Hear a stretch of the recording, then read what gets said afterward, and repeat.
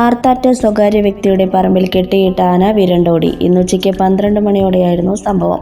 കുന്നംകുളം ആർത്താറ്റ് സ്വകാര്യ വ്യക്തിയുടെ പറമ്പിൽ കെട്ടിയിട്ട ആനയ്ക്ക് വെള്ളം നൽകുന്നതിനിടെ ആനയുടെ മുൻപിലെത്തിയ പോത്തിനെ കണ്ട് ഭയന്നാണ് ആന ഓടിയതെന്നാണ് വിവരം.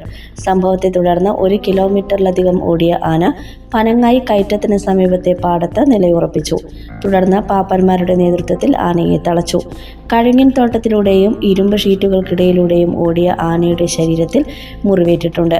ആന വരുന്നത് കണ്ട് വഴിയാത്രക്കാരും നാട്ടുകാരും ഭയന്നോടി.